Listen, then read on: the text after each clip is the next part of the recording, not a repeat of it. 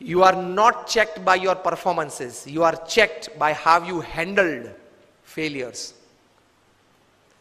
Fortune 500 के बारे में तो आपने सबने सुना है ना, Fortune 500 कंपनीज, उसमें से कहीं सीईओस को मैं मिला हूं, नेशनल इंटरनेशनल सेमिनार्स में हम मंच पे साथ में रहे हैं।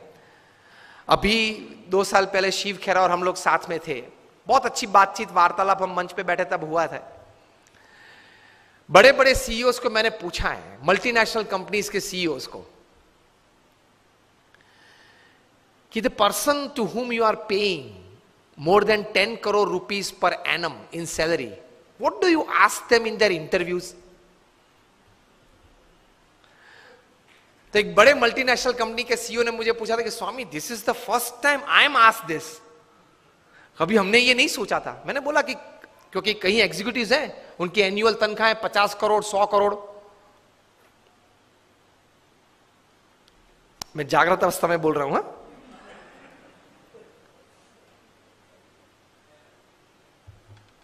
ये बहुत बड़ी सॉफ्टवेयर बनाने वाली कंपनी है,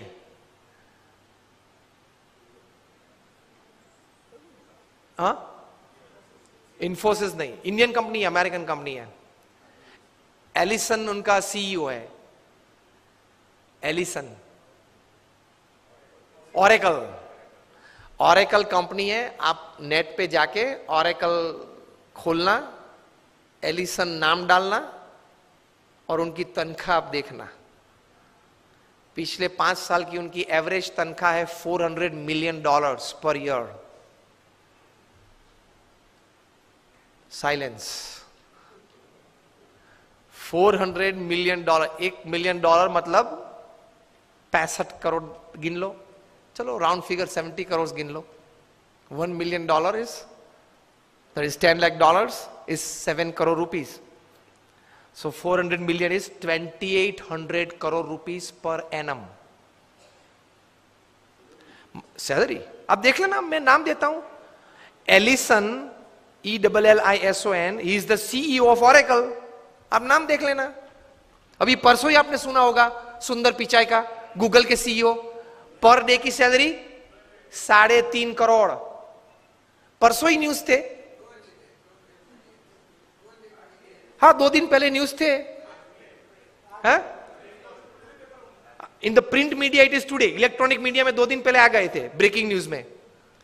लास्ट ईयर फाइनेंशियल ईयर की पूरी सैलरी उनकी 1285 करोड़ थी, टू बी एग्जैक्ट 1285.5 करोड़, मतलब रोज की तनख्वाह 3.5 करोड़ की।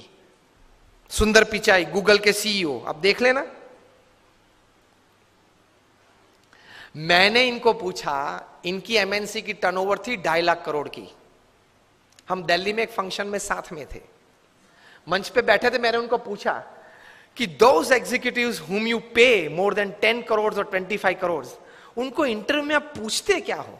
क्योंकि उनके पास डिग्रीज तो एक्स्ट्रा ऑर्डिनरी है, he is a double MBA from LSE और हार्वर्ड, एकेडमिक्स तो पूछना नहीं है।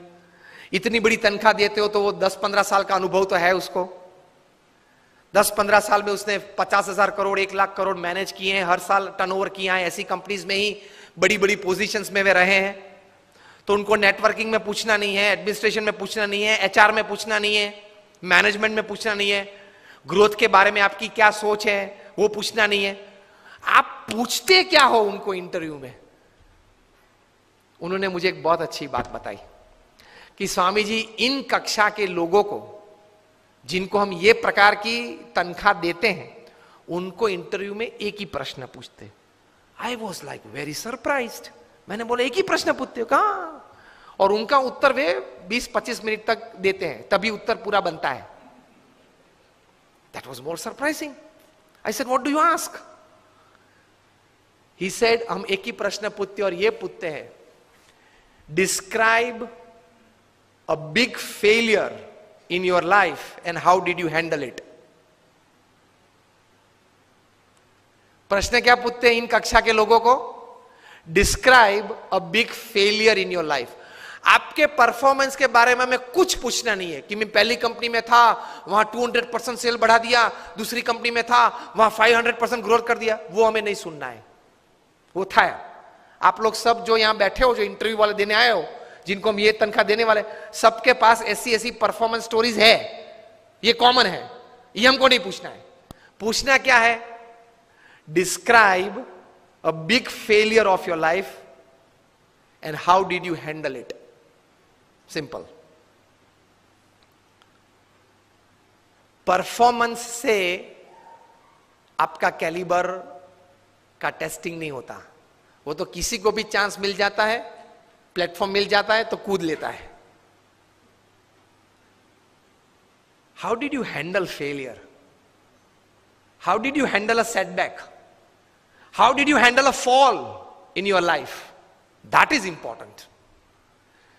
क्योंकि अब रूटीन में जब हमारी, अगर हमने आपको हायर कर लिया, रूटीन में हमारी कंपनी चलती होगी, तो आप तो अच्छा परफॉर्मेंस दिखाए नहीं वाले हो। लेकिन कंपनी में अगर बड़ी आफत आ गई तो आप क्या करोगे वो बताओ। बाकी तो आपकी जगह और कोई भी ये कंपनी चला लेगा। Isn't it a very important question? उसमें वो मल्टीनेशनल कंपनी के सीईओ ने मुझे बताया कि स्वामी, इसके उत्तर में उसको 20-25 मिनट हम देते हैं और उसमें भी हम ये जांच करते हैं कि किस प्रकार के विचार और प्रैक्टिसेस उसने अप्लाई किए, वो साइड में रखते हैं। किस प्रकार के एटीट्यूड्स उसने उस वक्त रखे, उस पर हम गौर रखते हैं। What we see in his answer is not what he thought during failure, not practicals what he applied to come out of that failure. What we see is what type of attitude he kept when he was a failure, when he met failure in his life. तो महान लोग ये परिस्थिति में इस प्रकार के attitudes रखते हैं। तो इसमें यह बात आती है गम खाने की। यह बहुत बड़ा विचार जो प्रमुख स्वामी महाराज ने दिए, उसमें कई प्रकार के ऐसे अर्थ आ जाते हैं। That is the greatness of life. How do you handle failures? Failure handle में सिर्फ आपका एटीट्यूड, एक ही शस्त्र आपके पास रहता है। हां,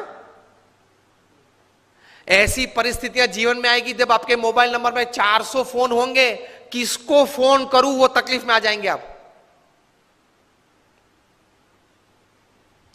Even if you are the Sahara of thousands of homes, when you are lying बेसहारा in तिहार for 4 years, किसको फोन करूं? उनके मन में भी दिक्कत होगी ना कि अभी 4 साल से 10,000 करोड़ के रुपए के व्यक्ति तिहार में है, किसको फोन करते होंगे वो? मोबाइल में तो होंगे 1000 से ज्यादा नंबर। आपके सिटी के, बैंगलोर के किंग ऑफ द स्काईज जब भारत छोड़ना पड़ा, तब भारत का पासपोर्ट नहीं यूज कर पाए, डिप्लोमेटिक पासपोर्ट पे भाग गए ना। अभी वापस लाने की सब प्लानिंग चल रही है, आएंगे शायद, और अगर मुंह खोलेंगे बड़े बड़े तकलीफ में आने वाले हैं। तो फेलियर्स जब आते हैं तब एटीट्यूड्स किस प्रकार का रखते हैं, that is very important in life. Blame game चालू हो जाती है। तो यह व्यक्तिगत जीवन में है। तीसरा एक बात कार्य दृष्टि से कि कर्म करना हमारा अधिकार है, फल पे हमारा अधिकार नहीं है। If there are 100 things which are in your control that you can effect the end result, there are 1000 factors which are not in your control which can negatively effect the end result. Yes और no? आपने बड़ा अच्छा धंधा चालू कर दिया लेकिन government की पॉलिसी बदल गई तो?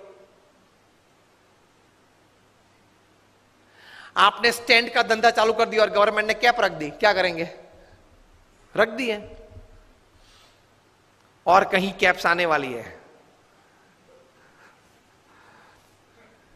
मतलब there are thousands of factors which are not in your control which can actually effect the end result.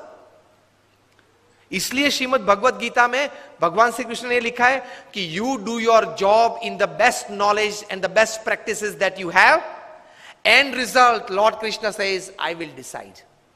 आपके पूर्व के जो कर्म हैं, आपने जिस भावना से वो कर्म किया है, जिस स्वार्थ से वो कर्म किया है, जिस एक दोनों को धक्का मार के आगे निकल गए हो, वो सब भी गिनती में तो लेना पड़ेगा ना। वो सब वो हिसाब से फाइनल रिजल्ट आता है।